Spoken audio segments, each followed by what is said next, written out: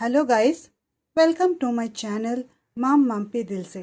আজকে আমি একটু চিংড়ি মাছ বানাবো সর্ষে বাটা পোস্ত বাটা দিয়ে। কিচ্ছু দেবো না। চিংড়ি মাছটা আমি হলুদ দিয়ে নুন দিয়ে ম্যাগনেট করে রেখেছি। পেঁয়াজ টমেটো কাটা আছে। এটা হচ্ছে সর্ষে বাটা, এটা হচ্ছে পোস্ত বাটা। সর্ষে বাটা, কি সুন্দর গন্ধ আসছে। সর্ষে বাটার গন্ধটাই অন্যরকম। আমি একটু তেল দিয়ে দেবো কুকারে।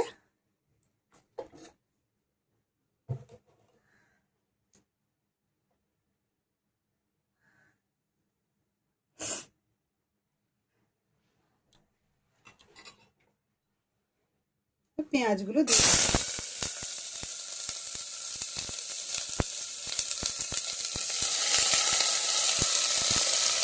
পেঁয়াজ পুরো ভাজা ভাজা হবে না, একটু কাঁচা কাঁচা থাকবে, তাহলেই এটা খেতে বেশি ভালো লাগে।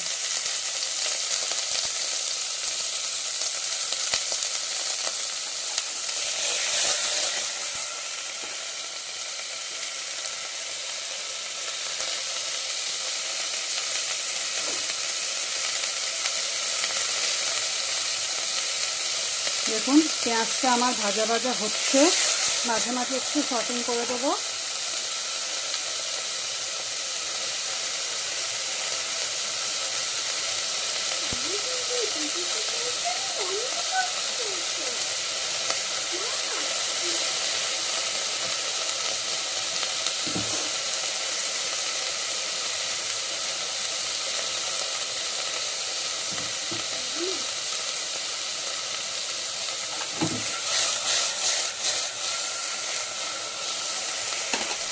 দেখুন পেঁয়াজটা হালকা লাল লাল হয়ে এসছে।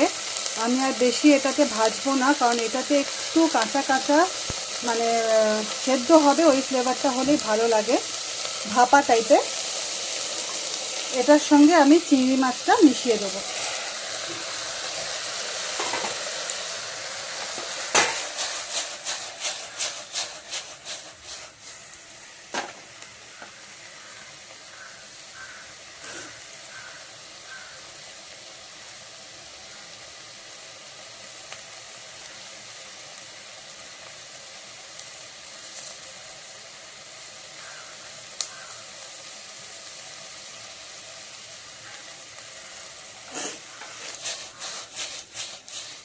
দেখুন চিংড়ি মাছটাও হালকা হালকা ভাজা হয়ে এসছে।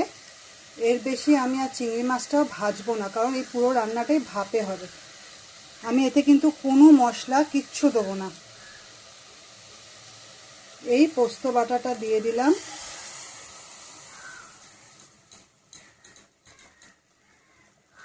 গ্যাসটা সিমে করে দিচ্ছি। তার সঙ্গে সর্ষে বাটা। এই যে সুন্দর গন্ধটার ফ্লেভারটা আসবে না সর্ষে পোস্ত বাটার, এইটাতেই খেতে ব্যাপক হবে।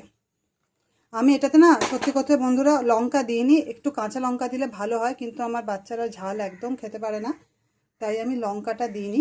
কিন্তু আপনারা একটা জিনিস এতে অবশ্যই দেবেন, সেটা হচ্ছে ওপরে সর্ষের তেল। এই সর্ষের তেলের ওপরের স্বাদটাই অন্যরকম করে দেয় মাছের রান্নাটাকে।